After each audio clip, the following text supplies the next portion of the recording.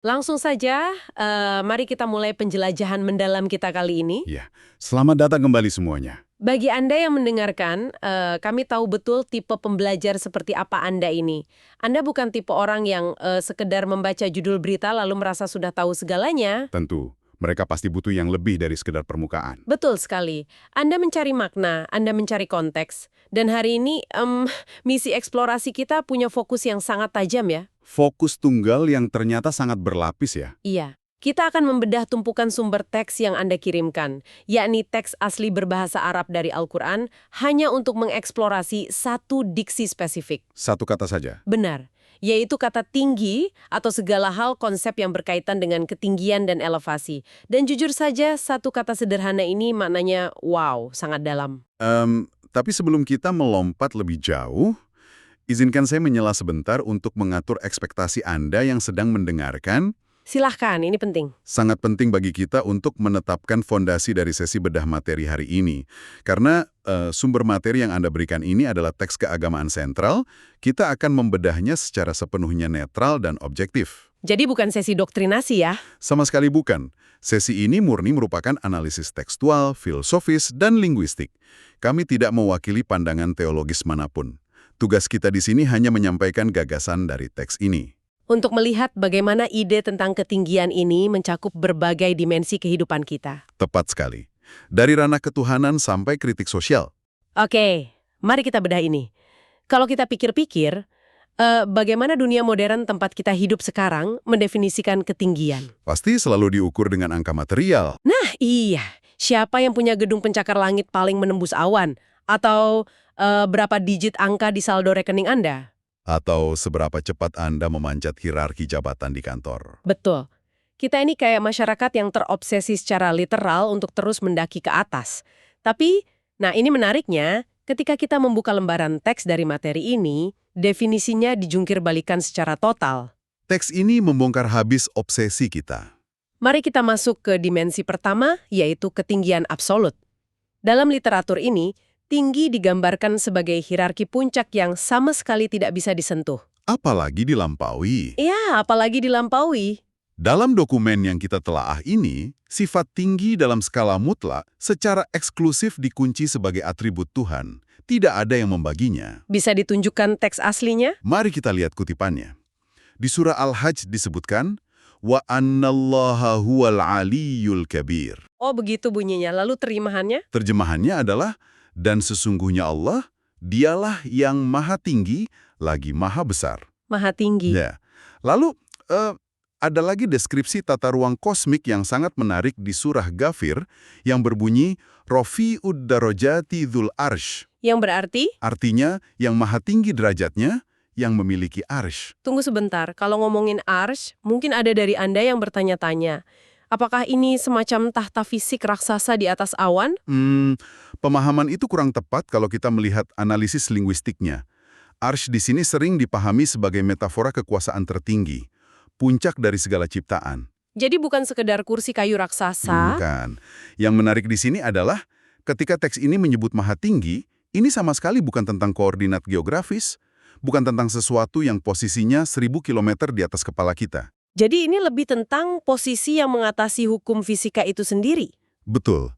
Ketinggian absolut ini eksis di luar batasan material. Teks menyebutkan kekuasaan ini melampaui 7 lapis langit. 7 lapis langit yang diciptakannya itu ya? Ya, dia menciptakan ruang dan waktu, jadi wajar kalau otoritas ini tidak terikat oleh ruang dan waktu. Masuk akal. Kalau dipikir-pikir lagi, memahami otoritas absolut semacam ini justru bisa memberi efek psikologis yang, melegakan bagi manusia. Melegakan bagaimana maksudnya? Ya, bayangkan begini. Jika Anda tahu bahwa ada satu titik tertinggi di alam semesta yang sifatnya mutlak dan tak akan tertandingi, maka itu memberi batasan pada ego kita. Saya paham arahnya. Segala ambisi duniawi kita pada akhirnya punya plafon, punya batas maksimal. Tidak peduli seberapa kaya Anda tidak akan pernah bisa menduduki puncak piramida eksistensi itu. Karena puncaknya sudah terisi permanen. Betul, puncaknya sudah dipatenkan. Ini sangat menundukkan ego. Tapi Ini memunculkan pertanyaan lanjutan. Jika ketinggian absolut milik Tuhan, lalu di mana posisi kita? Di mana posisi manusia dalam peta ini? Ya, apakah kita cuma dibiarkan merangkak di dasar? Disinilah bagian yang sangat menarik dalam analisis kita hari ini. Sangat dinamis sebenarnya. Teks sumber ini tidak membiarkan manusia terperangkap di dasar. Manusia diberikan ruang untuk naik, tapi metrik yang digunakan berbeda. Berbeda bagaimana? Teks ini menggunakan istilah darajat. Darajat. Seperti derajat atau tingkatan? Tepat, tingkatan spiritual. Mari kita dengarkan bunyinya di surah Al-Baqarah. Tilka rusulu faddalna ba'dahum ala ba'din minhum man kallamallahu wa rafa'a ba'dahum darajat. Dan artinya? Artinya, rasul-rasul itu kami lebihkan sebagian mereka atas sebagian yang lain. Dan dia meninggikan sebagian yang lain beberapa derajat. Jadi para rasul pun punya tingkatan. Iya, dan konsep ini tidak eksklusif untuk tokoh sentral. Di surah Al-An'am ini diperluas untuk umat manusia secara umum. Wa rafa'a ba'dakum fawqa ba'din darajatin. Yang terjemahannya? Terjemahannya, dan dia meninggikan sebagian kamu atas sebagian yang lain beberapa derajat. Saya mulai melihat polanya. Kita sedang melihat dua sumbu kontras. Sumbu absolut dan relatif. Ya, ketinggian absolut yang statis milik Tuhan dan ketinggian relatif manusia atau darajat ini yang sifatnya harus diupayakan, bukan hak istimewa keturunan. Sangat dinamis. Dan teks ini menjabarkan apa yang bisa membuat Anda naik tingkat. Bukan siapa leluhur Anda, bukan warna kulit Anda. Tapi metrik intrinsik. Metrik intrinsik, kualitas keimanan, kedalaman ilmu. Teks ini jelas menyebut orang yang beriman dan berilmu akan diangkat derajatnya. Ada juga soal pengorbanan ya? Benar, soal aksi nyata. Teks menyebutkan tentang jihad, yaitu mereka yang berjuang keras mengorbankan harta dan jiwa posisinya jauh lebih tinggi dibanding mereka yang cuma duduk diam. Ini tamparan keras sih untuk cara hidup kita saat ini. Bagi Anda yang mendengarkan, coba renungkan sejenak. Sebuah refleksi yang penting. Berapa banyak waktu yang kita buang untuk mencemaskan status sosial kita, teks ini pada dasarnya menelanjangi pandangan kita dan bilang, ketinggian sejati Anda bukan dari jabatan. Bukan dari validasi orang lain. Betul, tapi murni dari sedalam apa ilmu dan sebesar apa pengorbanan Anda. Nah, hal ini membawa kita ke sebuah narasi visual yang luar biasa di referensi kita. Soal kehidupan setelah kematian. Ya, kalau darajat ini abstrak di bumi, bagaimana teks ini menggambarkannya secara fisik nanti? Ini membawa kita ke narasi eskatologis. Konsep spiritual abstrak tadi diterjemahkan secara harfiah ke dalam bentuk arsitektur spasial. Ruang fisik, seperti apa persisnya? Mari kita cermati surah Az-Zumar. Lahum ghurafun min fauqiha ghurafun mabniyatun tajri min tahtiha al-anhar. Kedengarannya sangat megah. Apa artinya? Artinya, bagi mereka kamar-kamar yang di atasnya, dibangun pula kamar-kamar, yang mengalir di bawahnya sungai-sungai. Surga yang tinggi atau jannatin aliyah ya? Tepat. Representasi visual di mana orang beruntung diberikan tempat yang secara harfiah tinggi. Kalau kita pakai kacamata dunia nyata, ini masuk akal banget. Coba bayangkan Anda berburu apartemen. Pasti unit tertinggi yang dicari. Ya, unit penthouse di lantai teratas harganya paling tidak masuk akal. Karena ketinggian memberi Anda privasi, pemandangan luas. Kualitas hidup dan eksklusivitas. Betul. Analogi penthouse Anda itu presisi. Tapi, jika kita hubungkan ini dengan gambaran besarnya, ini melampaui urusan properti mewah. Jelas, ada makna yang lebih dalam. Teks ini menunjukkan pantulan cermin. Ketinggian spasial di surga adalah proyeksi fisik dari ketinggian amal karakter manusia selama di bumi. Konsekuensi logis dari usaha memanjat tangga darajat tadi? Benar. Kemuliaan fasilitas itu adalah balasan langsung atas keimanan dan ilmu mereka. Jadi ketinggian tempat adalah cerminan ketinggian jiwa. Luar biasa. Jadi, apa arti dari semua ini? Kita sudah melihat sisi terangnya. Ketinggian absolut Tuhan dan darajat manusia? Ya, tapi di sini kita menemukan semacam plot twist yang sangat gelap. Diksi tinggi di teks ini ternyata juga dipakai untuk mengkritik perilaku manusia. Perilaku yang rusak akibat kesombongan. Apa yang terjadi kalau makhluk mencoba merampas ketinggian absolut itu? Yang lahir adalah tirani. Teks dengan brilian menggunakan kata tinggi untuk mendeskripsikan kesombongan paling fatal. Kasus pertama adalah kisah iblis. Ini tertulis di mana? Di surah Al-Baqarah. Illa iblisa aba wastakbara wa kana minal kafirin. Artinya, kecuali iblis, Ia enggan dan menyombongkan diri dan ia termasuk golongan yang kafir. Betul. Menyombongkan diri dalam hal apa tepatnya? Ilusi ketinggian asal-usul. Dia menolak perintah sujud bukan karena tidak paham.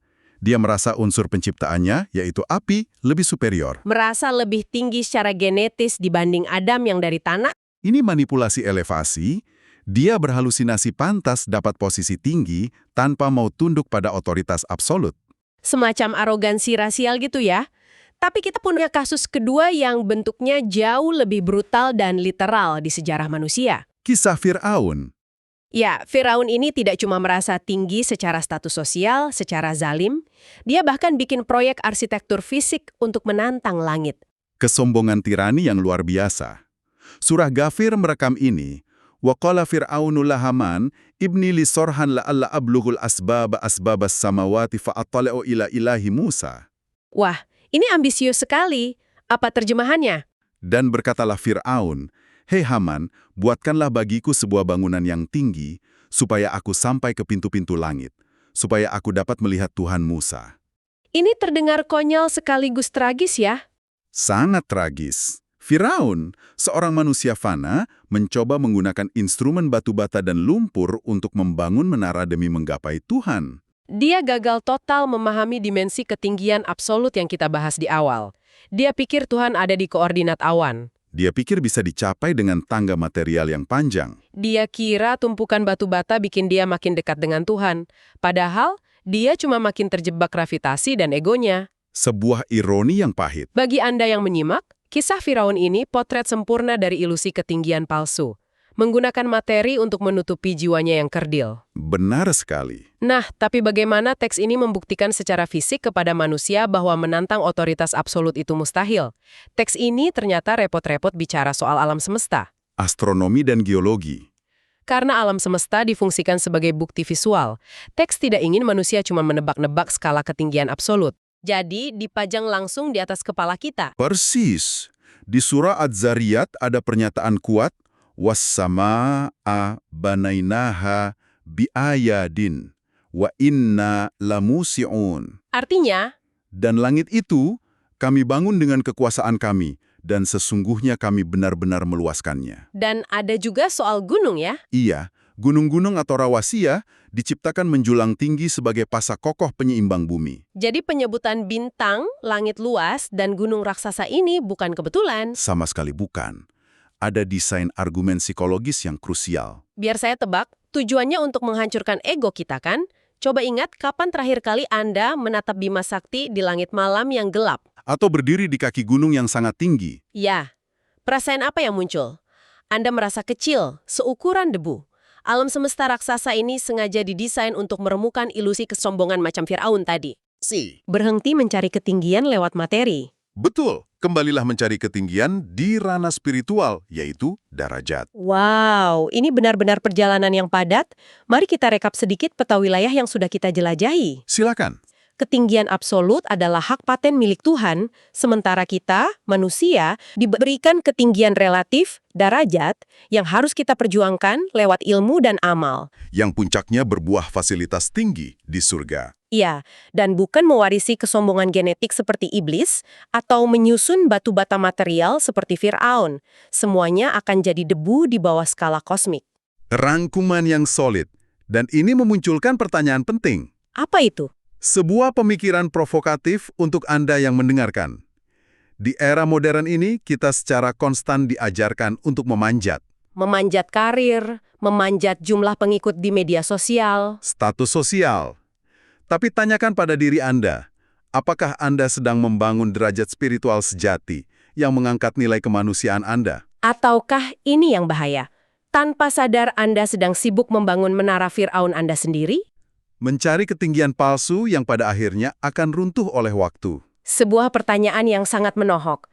Kami akan membiarkan Anda merenungkannya. Bagi Anda yang mendengarkan sampai titik ini, kami harap sesi bedah materi ini memberikan lensa baru yang menyegarkan pikiran Anda. Jangan pernah lelah untuk terus menggali sumber literatur di sekitar kita. Pasti, terima kasih telah meluangkan waktu berharga Anda bersama kami, dan sampai jumpa di penjelajahan mendalam kita yang berikutnya.